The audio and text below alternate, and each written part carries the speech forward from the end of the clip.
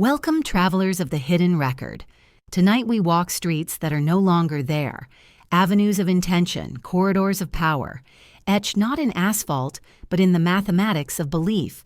What if empires were not merely built, but conjured, stitched to the heavens by lines no court historian dared to name? The plan of a capital is the quietest spell a ruler can cast. We read chronicles and think power lives in decrees, armies, treaties, but the truest proclamation is the map itself, a city inscribed as a mandala, a wheel of law, a golden ratio, pinned like a butterfly beneath the glass dome of the sky. Architects call it order, priests call it harmony, emperors call it destiny, and the people, moving along its radiating avenues and concentric rings, feel it as weather, as custom, as the way things are, never noticing how the geometry shepherds their bodies and calibrates their souls. Every empire begins by finding a center. The ancients called it the world navel, omphalos, Axis Mundi, the place where heaven's vertical meets earth's horizontal, the crossing of what is eternal with what can be measured.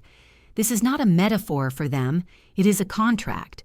The city is drawn so that its primary line, call it the royal axis, the processional way, the avenue of the dead, points toward a stellar event that never negotiates. Solstice, sunrise, equinox, dusk, a star's helical rising. Align stone with light and you fuse royal time to cosmic time. A coronation becomes more than a human appointment, it becomes an astronomical inevitability. Measurements are chosen with devotional care. The cadence between gates is a beat for drums. The interval from temple to water is the breath length of a hymn. Ratios, some suspiciously close to E-F, others to simple integer harmonies, govern the widths of courtyards and the heights of sanctuaries. Concentric walls separate the profane from the almost sacred, from the terrifyingly holy, with access controlled by geometry itself. No soldier is needed to say, stop. The narrowing approach, the heightening plinth, the stair that breaks stride, all of it is liturgy in limestone. You can still feel this when you stand at the center of a designed capital. The air gathers, sound behaves, even the wind seems to concede a pattern. That is the power of the invisible compass. It is not the north marked on your phone. It is the alignment your body performs without permission. Shoulders square to a corridor that points to a mountain, breath slowing as a basin of water mirrors the first and last light of the day. A designed capital is a choreography etched across a landscape, so persuasive that generations obey it without ever knowing they are dancing. And yet the visible map is only the exoteric skin. Beneath it lies the esoteric draft, carried in ritual schedules and forbidden diagrams. The city as a machine built to capture seasons, as a net to catch the wandering sun. Festivals lock to these lines, processions trace them. At predicted moments, shadows do as they are bid. The tip of a tower's silhouette kisses the heart of a shrine. The reflection of a palace aligns with a star's appearance in a canal. These are not tourist curiosities. They are maintenance procedures for sovereignty. Each alignment whispers to the population, the cosmos consented to this throne. This is where the idea of the mandala of power becomes unavoidable. Mandalas were never just pretty circles. They were maps of initiation, vortices of meaning that bring the pilgrim inward through rings of test and doctrine toward a flaming center. Capitals borrow the same grammar. Gates are thresholds of purity and rank. Courtyards are stations of polishing and proof. The final precinct is not simply the king's house, it is the point where calendar, cosmos, and crown are knotted together. The city teaches this without saying it. Children learn to play along the outer ring. Officials learn to speak in the middle courts. Only the anointed climb the last stair. Geography becomes pedagogy. Space instructs the soul. In the archives, those dusty rooms where testimony waits like dry tinder, you will find the strangest receipts for this theology of planning. A priest debates a surveyor about a degree of arc. An engineer draws a canal in the shape of a constellation spine. A king orders a gate moved by the width of a palm, so that the first light on the day of his birth touches his name. These are not accidents of aesthetics. They are ritual corrections, the imperial equivalent of tuning an instrument before the ceremony. When the instrument drifts out of pitch, the empire strains to sing. And when the instrument breaks, when rivers migrate, when conquerors erect factories across sightlines, when a new regime flips the map to deny the old, cities lose charge. The processions no longer land on their marks. The shadow misses the altar by a handspan. People still move, of course. They must. But the choreography is off by half a beat. The architecture becomes decorative. The spell thins. Power reverts to pure force, no longer serenaded by the heavens. The citizens feel this as mood, a subtle desanctification, a fatigue that no proclamation can cheer. But that, for now, is our future. First, we must learn to see the device while it still hums. To do that, train your eye for 4 signatures. The first is the axial line, longer than seems reasonable, disciplined enough to deny topography. This is the ruler's sentence, written in stone. The second is the hierarchy of circles or squares, each closer ring more exacting, as if truth itself required narrower corridors. The third is the water geometry, moats, basins, canals that don't simply defend or irrigate, but reflect, refract, and time the sky. The fourth is the theater of approach, ramps, terraces, stairways, carefully scaled to make a human feel the altitude of the idea they are climbing toward. Find these 4, and you are not just in a city. You are inside a cosmogram wearing the mask of streets. In the nights ahead, we will walk specific mandalas, a jungle kingdom whose reservoirs drink solstices and spit out calendars, a high plateau city whose avenue measures mortality, a river-bound capital that braided mountain and throne, a palace where sunlight schedules obedience, and the oldest plains of brick where stair mountains once welded clay to firmament.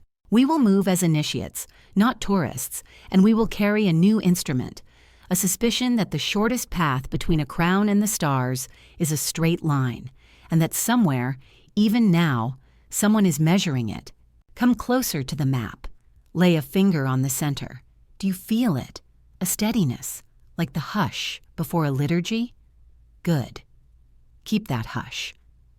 In the next chapter, we will find the world pole itself and test whether the sun still answers when called by stone. Ask any empire where its heart lives, and it will point to a line, not a palace, not a treasury, a line. A world pole hammered through sky and soil, a seam that binds the human day to the god's itinerary. Follow that seam, and you will find the most dangerous architecture on earth, geometry that makes obedience feel like sunrise. Begin at dawn on the high plateau, where the chill bites and the light comes in stages, like a ritual unscrolling. Teotihuacan's great avenue opens ahead, too straight to be a road, too long to be merely useful. They call it the Avenue of the Dead, but it behaves more like a command. Stand here and learn how the cosmos proceeds. Pyramids loom like arrested thunderheads, their stairways climbing the breath of the morning. When the sun rises on certain days, its first blade knifes down the axis, washing steps and street in a choreography that seems less discovered than enacted. You feel the long stone throat clearing to speak, and when it speaks, it says, "Time is not yours, it is ours. Walk in step." Processions once moved here, like sentences in a liturgy, beads of color and breath and drums strung along a cord stretched between cardinality and myth. The layout refuses the land's whim. It suppresses the meander of rivers, corrects the awkwardness of hills. Its alignment is not the shortest path between 2 markets, but the visibly correct path between a city and its star. Even now, when you stand mid-avenue and look toward the horizon, the perspective collapses into an intention you can feel in your sternum. A city this straight is not negotiating with you. It is negotiating with heaven. Fly, then, to a jungle where water thinks in squares, Angkor does not merely sit among moats and reservoirs, it mirrors the sky's grammar using liquid. From above, the plan reads like a machine for separating the sacred from the merely wet. The basins are not ornamental. They are lenses. They catch the sun at its turnings, hold fragments of sky, and return them to stone. The causeways do not just convey bodies, they instruct bodies in symmetry, left, right, until the very act of walking rhymes with the mirrored towers ahead. On mornings when the light is right, the temple's stacked crowns swell with shadow and gold, and the reflection below becomes a second firmament, an under sky trained to answer the upper one. The inner precinct waits at the end of a measured approach, so exacting that even birds seem to fly more carefully. Imagine the old rite, a king processed across that causeway, his feet crossing thresholds set not only by stone but by calendar. Drums carry a known cadence. The sun arrives at a known angle. Time, that shy animal, is coaxed toward the shrine and tethered there for a day. Rulership is declared, and not simply to the people. It is declared upward. Water here is scripture. The berets, vast silent rectangles, read like verses about season and control. They feed rice, yes, but they also feed meaning. They are reservoirs for authority. Each embankment says someone has counted, leveled, measured. Someone has placed the city inside an order that can be rehearsed. If Teotihuacan's line is a blade, Angkor's grid is a net. Both capture the same thing, cosmic consent. Now come closer to a river that writes in curves and a capital that answers with a compass.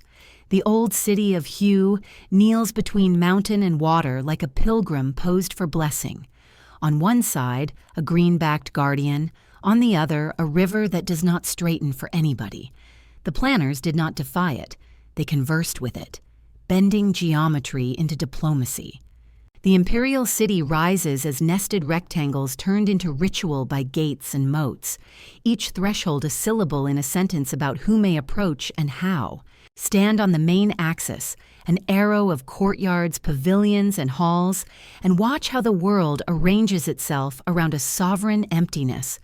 Mountains become the city's shoulders, the river its sash. Bridges align with sightlines, and sightlines with halls whose names pronounce virtues. The emperor's seat is not merely at the end of a corridor, it is at the crossing of elements, earth's mass at his back, water's course before his gaze, the compass's logic underfoot. Processions here were not imagined to move. They were imagined to transform, each gate laundering the approach of those who pass through. The outer public becomes inner official, becomes inner ritualist, until at last the figure who enters the final court is no longer a man plus entourage, but a role plus cosmos. If you listen, you can hear the low hum of the world pole at each of these sites. It is the sound of a city committing to an axis and then forcing everything, traffic, festivals, shadow, reflection, breath, to acknowledge it. That hum is not metaphorical. It is the sum of repeated footfalls, the slap of drum skins timed to distances, the whisper of silk along corridors that lead directly toward a thought. Empires learned early. If you want people to obey without being told, give them a street that knows where the sun will be. The same technique governs the theater of thresholds. On Teotihuacan's stairways, the risers steal your stride and the treads shorten your breath. At Angkor, the Naga balustrades grip your vision and deliver it forward like a sacrificial bowl. In Hue, the asymmetry of garden and water alongside strict rectilinearity keeps your body negotiating dignity, poised, contained, aware of the center. None of this is accidental. Geometry is the soft power of stone. It doesn't shout, it teaches. And yet the axis is fragile. A redirected canal, a shifted riverbed, a new industry that inserts chimneys into a royal sightline. Each can fray the contract. At Teotihuacan, when processions ceased and markets swelled, the avenue's theology loosened. At Angkor, when water tasted of neglect and the galleries fell out of conversation with the seasons, the mirror stopped answering. In Hue, when war and modernity crowded the approach with interruptions, the arrow broke into fragments. An Axis Mundi can be toppled without ever touching a statue. You only have to move the line's meanings off their marks. Does the sun, then, still answer when called by stone? Sometimes.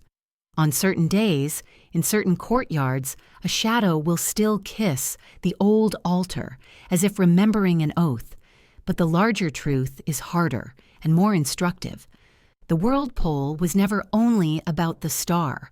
It was about how power choreographs a population to face the same direction at the same time with the same breath. The alignment is celestial, yes, but its first purpose is social. Empires nail the sky to stone so that hearts and feet can be nailed to a timetable. We will need this knowledge soon. For in the next chamber of the story, geometry ceases to be merely convincing and becomes compulsory. The axis will not just point, it will command. The courtyards will not only stage awe, they will manufacture obedience. And what is enthroned at the center will be more than a ruler. It will be a ritual that eats days, a calendar in human shape. Power does not merely sit at the center, it performs there. The axis is the script, the courtyards the stage, the people the chorus, summoned not by decree but by choreography. When geometry becomes ritual, obedience ceases to feel like surrender. It feels like being present for the sunrise. Picture the procession as the empire's heartbeat. Day after day, season after season, bodies pulse along the same arteries until the root itself begins to speak. A drumline is not only rhythm, it is distance translated into breath. Banners do not only color the air, they mark the increments of approach, teaching the eye to accept each narrowing threshold as inevitable. The choreography does what laws can't. It convinces muscle and memory that the center is an altitude to be earned. To attend is to climb, and to climb is to consent. No court mastered this theater more brazenly than the palace that arranged itself around a single star, and then assigned that star a human name. Versailles is not a residence. It is a heliocentric argument written in alleys of lime and canals of light. From the moment you enter, you sense the conspiracy between avenue and eye, long perspectives that refuse to end, parterres whose razor-straight seams align like beams from a hidden source, water arcing where it is told, statues stationed as sentinels of allegory. All of it directs attention toward a solar person seated at the center, as if seated at noon. Consider the daily rite when the king woke or walked or dined. It was not a schedule, it was a liturgy. Rooms became sacristies. Etiquette became litany. The famous gallery of mirrors did more than multiply faces. It multiplied consent, catching the figure of the sovereign and sending him spiraling down an infinity of reflections, so that the eye, exhausted by repetition, surrendered to the idea that there could be no end to such radiance. Gardens rehearsed geometry at a scale that dissolved doubt. Avenues radiated like the arms of a compass. Fountains answered the day with choreographed jets, their music timed to the sovereign's passage, as if nature itself had joined the orchestra. The myth required no altar. The building was the altar, and the worship was motion itself. Notice, too, how Versailles refined the craft of distance. Access was a gradient, not a door. Nobles hovered in outer salons, their presence a cosmetic that polished the center from afar. Each threshold shaved privilege thinner until the core rooms hummed with a vacuum that only one body could fill. Here, geometry enforced class while appearing to offer vistas to everyone. A poor man could see the axis. He could not inhabit it. A courtier could approach the light. He could not become it. The plan arranged the social order as a diagram of privilege and then hid the diagram in plain sight by making it beautiful. Travel now to a different theater, older and steeper, where the stage is a stairway and the script is a sky. Mesopotamian cities raised mountains from brick to meet the gods halfway. ziggurats like the one at tier upon carefully measured tier. These were not temples for congregations to enter. They were machines for elevation, their steps scoring the experience of ascent into the sinew of priests and kings. The approach was calibrated to slow the body, to meter the breath, to set the cadence of prayers to the mathematics of climb. At the summit, within a house built for a deity that spoke in storm and harvest, the ruler participated in rites of renewal that married crown to cosmos. The city below watched the silhouette of that stair mountain cast its lawful shadow like a sundial across the day, and understood without being told where authority began. Everything in such cities agreed with the ascent. Streets funneled attention toward the height, markets clustered where pilgrims stalled, processional ways stitched palace to sanctuary, with thread no blade could sever. When the new year came and the god was paraded, the path was not a route but a recreation of the world, the city becoming a model of creation coaxed back into harmony. Kingship tasted legitimate because it tasted seasonal. The ritual did not argue, it repeated. Repetition is how stone speaks to the animal layers of the human mind until reverence becomes a reflex. These theaters worked because they blurred the boundary between devotion and design. A corridor could be both hallway and hymn. A basin could be both plumbing and prophecy. The geometry carried a double life, exoteric utility and esoteric instruction. You could measure the width of a terrace with a rod and compute drainage all you wanted. The real calculation happened when crowds filled that terrace and felt small in the proper way. Such planned smallness is not humiliation. It is calibration, the human scale placed inside a cosmological scale so that obedience seems like right sizing rather than subjugation. And the performances were not rare. They were daily, hourly. The sun itself played a part, along with clouds and wind and the incidental pageantry of birds. At certain hours, shadow would pour across a set of steps like ink, reaching a prescribed mark as if signing a contract everyone had already internalized. At others, a reflection would sharp edge into a dark doorway and turn it momentarily into an aperture of gold. These were cues, a silent conductor's baton signaling that it was time to kneel, to cheer, to hush. One does not defy a cue, one responds, and in responding becomes what the stage requires. Even failure was scripted into the show. When the king fell ill, when harvests missed their appointment, the rituals expanded, doubled, demanded more bodies, more climbs, more songs. The geometry absorbed anxiety and returned protocol. People learned that the remedy for misfortune was to rethread the axis, sweep the street, repolish the stair, rebuild the segment of wall whose angle had drifted. The treatment for disorder was more order, a deeper rehearsal, a stricter approach, and thus the theater tightened its grip precisely when it seemed to be slipping. Observe how this differs from mere monumentality. A colossal statue intimidates. A true theater of obedience persuades. It persuades by rhythm, by repetition, by the narcotic of perfectly timed vistas.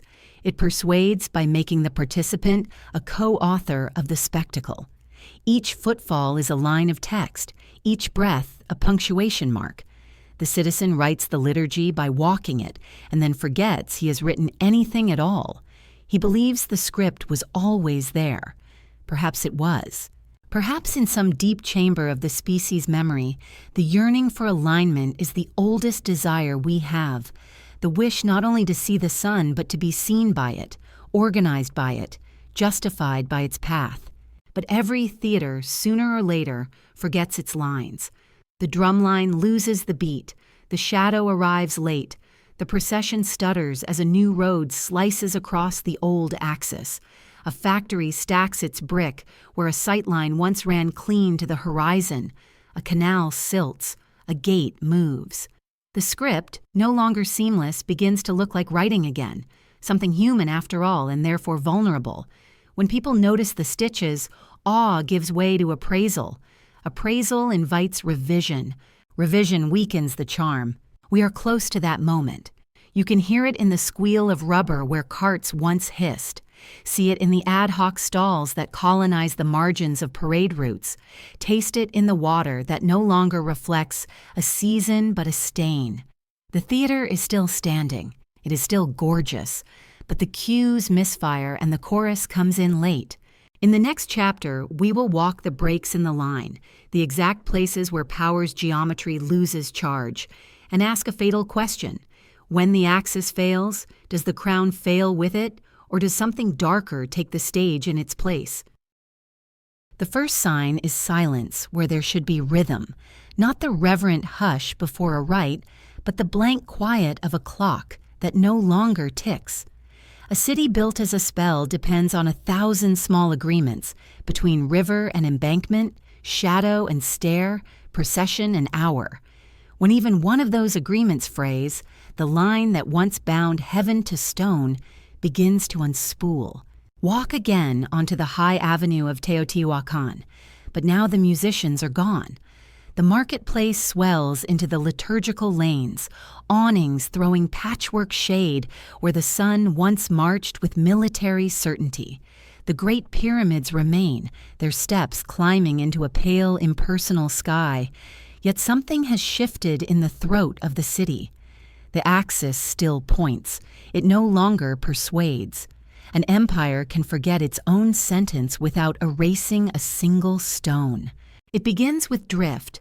Processions postponed, tolls of grain replacing tolls of prayer, until the avenue of the dead becomes simply a long place to sell short lives. The theology of distance, approach as devotion, dissolves into errands. When dusk arrives, the long shadow meant to kiss an altar finds only dust and coin. Geometry survives, meaning migrates. There are reasons, of course, and all of them sound pragmatic until you hold them against the hush. Climate leans away. Harvests narrow. Trade demands speed where ritual demands patience. Factions nibble the edges of consensus. A new class decides it prefers a door where the plan requires a gate, a shortcut where the axis insists on awe. The city adapts.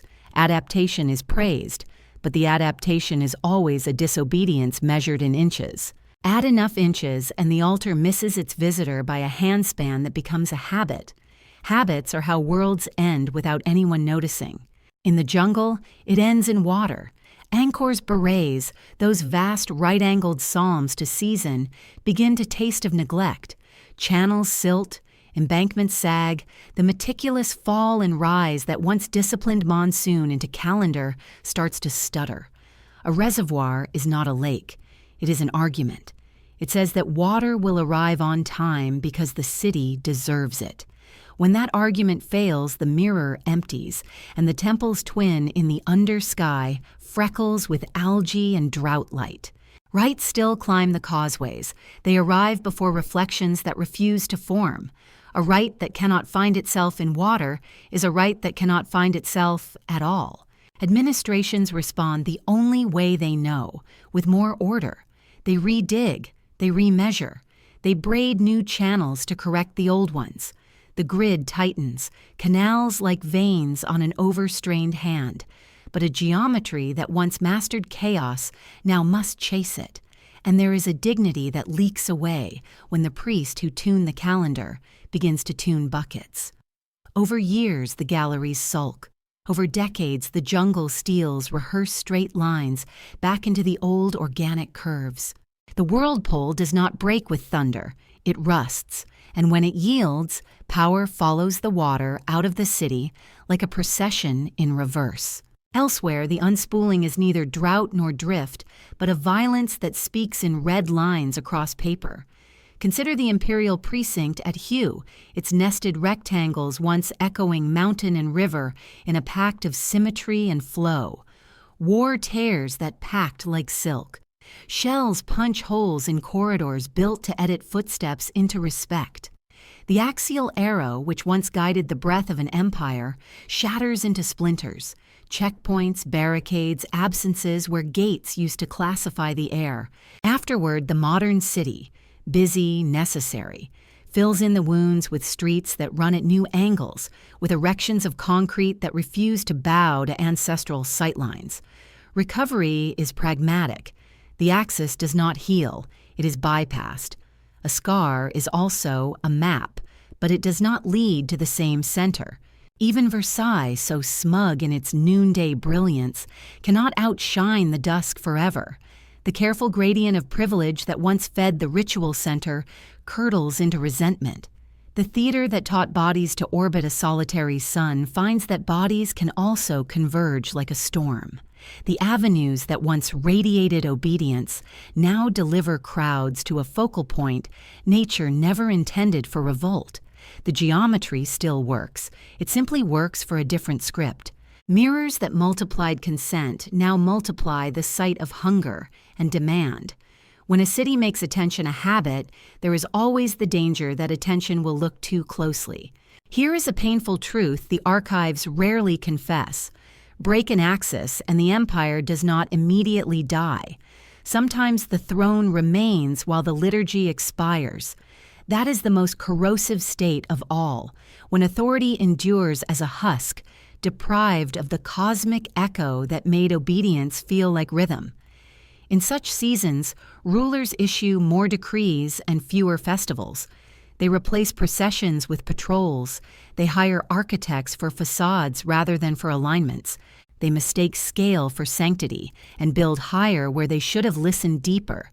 The city grows louder as it grows less convincing, and somewhere, a priest with dirt under his nails remembers when the right length of shadow could quiet an entire people without a single shout. Watch how citizens adapt to the broken meridian. They invent privatized altars, kitchens, corridors, backlot chapels of routine, because the great public choreography no longer brings them into time. A street market becomes a feast day without a saint. A shortcut becomes a confession. I know where the axis is, I choose not to bow. With every deviation, bodies retrain themselves to face only what they choose. Freedom tastes like breath regained. It also tastes like vertigo. To live without a center is to learn a new physics every morning, and many souls fail the lesson. The ruins themselves conspire in the forgetting. Once the alignments go dead, the city begins to look like archaeology, even while it is still alive. Guides rehearse a past tense. This avenue was, this basin once reflected, this gate used to admit. Tourists come not as initiates but as auditors, checking measurements against pamphlets, taking pictures where prayers once pooled. Cameras love a vanishing point. They cannot redeem it. The old geometry survives as a diagram of nostalgia, the spiritual equivalent of a skeleton without its articulations. At noon, a shadow still extends along the flagstones like a rumor that cannot prove itself in court. You might ask whether it could ever be otherwise, whether a broken axis can be re-threaded. The answer is yes, but not by decree, and never by spectacle alone. The line must be earned again where it first lived, in the quiet contracts between season and schedule, between stone and the breath of those who walk upon it. The invisible compass returns when the city ceases to use geometry as advertisement and remembers it as humility. A capital must relearn how to face the sky without demanding applause. But few regimes have the patience to be repaired in this way. Most choose speed over ceremony, force over form. They call their shortcuts modernity. They rename their ruptures reforms. They mistake a lit street for an illuminated path. In doing so, they summon a substitute center, a counterfeit whirlpool that does not align with anything except appetite. Its magnetism is real. Its costs arrive later. We stand now at the lip of that precipice, looking down into the glow of what comes next. When the sacred axis fails, something else rises to claim the choreography of crowds, something that wears the old symmetry like a mask but feeds on a different star. In the next chapter, we will search the ghost lines of shattered capitals for what survived in spite of empire, and for the new empires growing like phosphorescence in the cracks, humming with a charge that feels holy until you taste it. Stand on a modern overpass at night and look down. The city pours under you like a river of small consent. Headlights threading lanes that someone drew long ago and no one questions now. Yet beneath the asphalt's hiss, there are older currents, faint as veins under skin. If you learn how to look, you will see them. The ghost lines of empires, still aligning breath, still bending choices, still convincing the body to move in patterns it never chose. Begin with the trick of overlay. Take a clean map, the one your phone believes in, and float above it a forgotten plan traced from an archive. Watch as streets you thought were accidents lock onto a vanished axis. In Mexico, the Avenue of the Dead still haunts the geometry of suburbs and fields. Property lines tilt in reverence to a persuasion the owners cannot name. In Cambodia, the right-angled eloquence of Angkor's water, long since repurposed, clogged, or tamed, reappears as irrigation ditches, property boundaries, and the stubborn straightness of certain tree lines. In Hue, the nested rectangles echo through parks and parade grounds. Even where war broke the arrow, municipal paths reassemble fragments of the old sentence as if language itself were trying to finish a thought. Versailles lives on in the appetite of boulevards for vistas, in the civic compulsion to produce axes of view that end in some modern veneration, a parliament dome, a museum, a glass and steel crown. Ghost lines behave like muscle memory in stone. They do not command, they suggest. But suggestion is often enough. People choose apartments along an old processional because the morning light feels better. Markets stick to ancestral thresholds. Joggers run the exact corridor once reserved for generals and priests because the grade and distance are mysteriously kind to lungs. Festivals migrate back onto axes as if pulled by magnetism. A New Year parade finds a colonial boulevard that found a royal avenue that found a star. The city whispers through repetition, and repetition becomes a kind of local fate. Not all survivals are benign. Some ghost lines warp what they touch. A straight vista that once focused reverence can focus rage. A square built to grade sanctity can grade class. A ring road that once distinguished inner from outer can harden into social moats. In some capitals, the old Mandala's center has been replaced by a financial obelisk, a broadcast tower, a palace of consumption. The geometry still persuades, but its altar burns different incense. This is how the sacred becomes efficient, and the efficient becomes sacred without anybody announcing a doctrine. The map does it for us. So how do we see without kneeling? 4 disciplines help. First, shadow watching. On dates of power, solstices, equinoxes, national anniversaries, go to the suspected axis and observe what the sun and the city do to one another. If the line is real, a shadow will acknowledge it. The blade of a tower sliding onto a plaza's heart, a cornice's edge tracing a threshold, a river's reflection striking a facade and turning windows into brief altars of light. These are echoes of a pact, and they reveal where the city still believes, even if no one admits it. Second, threshold reading. Walk from edge to center and count the gates, however disguised. Changes in paving, shifts in planting, subtle rises in grade, security rituals that masquerade as convenience. These layers are the afterlife of the old concentric sanctity. Where you feel your posture lift and your voice lower, you have crossed an invisible ring. The geometry is doing its old job, calibrating dignity, without a priest in sight. Third, water listening. Find the reservoirs, fountains, culverts, drainage plains. Water remains the most honest archivist. In cities that once mirrored the sky, pools still seek squares. In cities that worshipped force, channels plunge and surge. If a planner tells you the water feature is decorative, check the orientation. Beauty often fronts for older obligations. Fourth, procession tracing. Follow the routes of parades, protests, marathons, funerals of state. Processions reveal the city's default liturgy, the path along which attention can be most easily aligned. Even in a grid, crowds favor a diagonal that remembers a pre-grid. A democracy inherits monarchic hydraulics without asking. A republic still crowns moments at noon on a central mall. Watch those flows, and you will see which scripts the city still keeps in its pocket. What, then, is the warning for modern builders? It is not to abandon alignment. It is to refuse idolatry. Geometry is a tool, not a throne.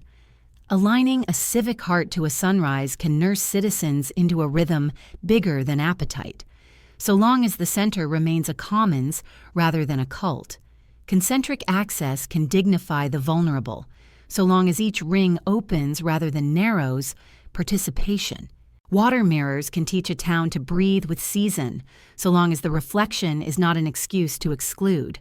The mandala of power becomes a mandala of care when its grammar is used to distribute awe rather than hoard it. This demands an ethics of axis. Before you draw the long line, ask, who will be seen by this line and who will feel erased? Before you raise the view, ask, what stands at the end and does it deserve the nation's gaze? Before you nest the rings, ask, what must a citizen become to cross each threshold, and can a citizen become it without selling their soul? Replace secrecy with stewardship. Replace spectacle with ceremony that honors labor and season. Replace the singular center with a constellation of smaller centers that align to the same sky. A republic of axes, not a monarchy of one. There is also a gentler task, to heal the broken meridian where healing is warranted. Some cities are learning to re-thread with humility. They plant a grove instead of a statue at the focal point, letting light crown leaves rather than a man. They open former palace corridors as public promenades timed to sunsets, teaching bodies to breathe together without asking them to kneel. They restore water, not as mirror trick, but as climate mercy, catching floods and giving back cool to the neighborhoods that history left breathless. The old spell returns in a different tense, not obey, but belong. Perhaps that is the last secret the ghost lines want to confess. The desire to face the sky together is not, in itself, a tyranny. It is a hunger to be synchronized with something worthy. Empires forge that hunger into obedience. We can forge it into fellowship. Keep the axis, but empty the throne. Keep the procession, but crown the day, not the man. Keep the mirror, but let the face in it be ours, plural, changing, mortal, bright for a moment and then gone, while the water holds the sky a little longer and teaches us how to let it go.